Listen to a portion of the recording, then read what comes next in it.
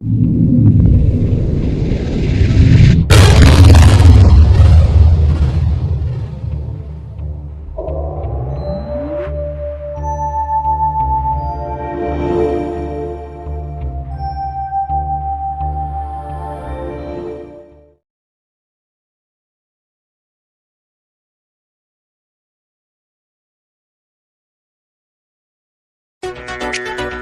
बजरंग बली की, बोला पवन सुत वीर हनुमान की।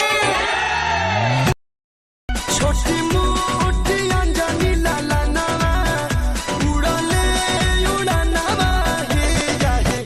सूरज के लीली रे गहिले, बुझला ले भलवा हे जाहे। सूरज के लीली रे गहिले, बुझला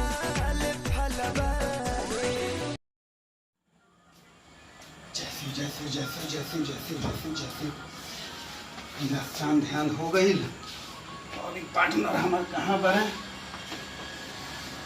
ए पार्टनर कहाँ पर हो? आवा। हाँ आ गई। तब क्या करत रहा? बन गई खाना वाना? हाँ खाना तो बनाओ तनी। अच्छा तब पूजा पाठ हो गई? हाँ पूजा पाठ हो गई, स्नान ध्यान सब हो गई। अब उहे तो करत रहनी। भूख लाग गई बा, बुझल?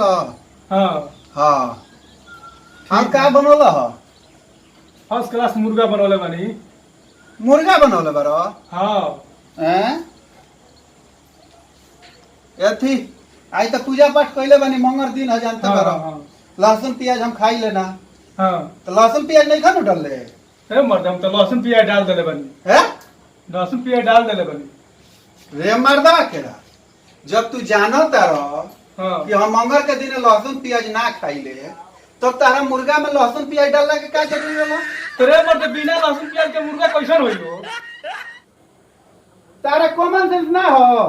हमरा मारे कॉमन सेंस नहीं के। बिना लहसुन प्याज के मुर्गा ना बन सकेला? ना बिना लहसुन प्याज के मुर्गा बनी। तू बतिया बता रहो। पगलाई बरा तू पगलाई बर मर्दे। तू हर बार ये काम करेला, हमरा के हमेशा भूखे रखे के चाहेला।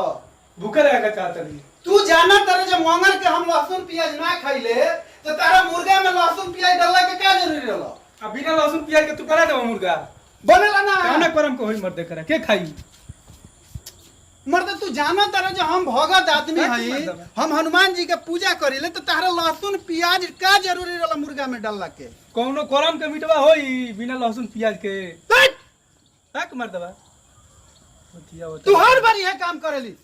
तो हर बार करी ना। तारा को खाए हुरे खातिया हम एथी क दिए लहसुन प्याज ना डाली कौना करम कोई के खाई मिटवा?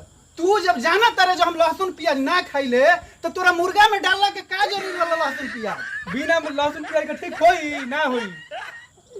फिर साला उहे बात बोलता बिना लहसुन प्याज के। ते हर बार ये काम करेली हमरा के, ते जहिया पूजा पाठ करी लेते हमरा के भूखा राख देवेली। भूखे रख देवनी मुर्गवा खाता रह तो ठीक बा। तो मुर्गा में लहसुन प्याज डाल बा, तो बराबर तरह मुर्गा में लहसुन प्याज डाल बा। तब हैं? मुर्गा में लहसुन प्याज डाल बा। तब बिना लहसुन ना डाल तो ना बनी। ना बनी के जीरा मरीच डाल के ना बनी। ना तू बतिया सब हमार पूजा पाठ बेकार कर देतई। बक मर्दवा ते हमरा पर जोर मर गइल बारे, तोरा नहीं खा रखे के हमरा के तो बोल दे जे तू घर से चल जा। घर से काहे जइबा तू? हां तो ते काहे डाल रहा मुर्गा में लहसुन प्याज? अरे तो बिना लहसुन प्याज के ठीक ना होई। जवाब लगाओ तो मार के 3200 दांत तार टूट दम हम। बत्ती सौ तुर देबा मार के टूट हो बाहर ना चल अभी का बात बा? अभी तू जानते ढेर देर तार 3200 दांत यही बार तू एकदम 64 बाहर टूट के एकदम बर्बाद कर दूं तार। एक मिनट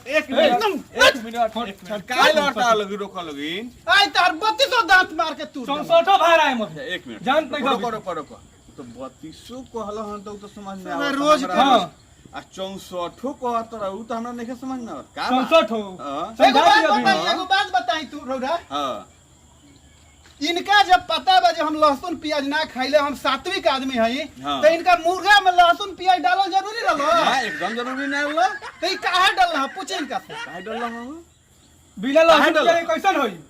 हां इहो बात सही बा। जे बिना लहसुन प्याज के कैसन होई? मार के फाड़ा दम 64 मार के तार 3200 दांत ना, तोड़ दम ना, हम। जानत नहीं का भी। अच्छा 3200 अबे कोई तो है जौन 32 से खावत रहो। आ 64 तू कहत रहू हमरा समझ में ना आइल। समझ में नहीं खाओ समझा दी। हम जानते नहीं कि बीच में तू बोलब यही से तोहरो बत्ती से जोड़ ले बनी मार के भुरकुस कर दे अभी साला ही ते को आइल एकरो के तब हां हम जानते हैं अधिया पर ढेला ढेवाई करो अधिया पर ढेला दिया पर ढाल ढो तरह तब हाजी रे जाई बिना जाई ना लहसुन प्याज के मुर्गा बना दी साला हमरा के भूखे रख देतै हर मंगलवार के अभी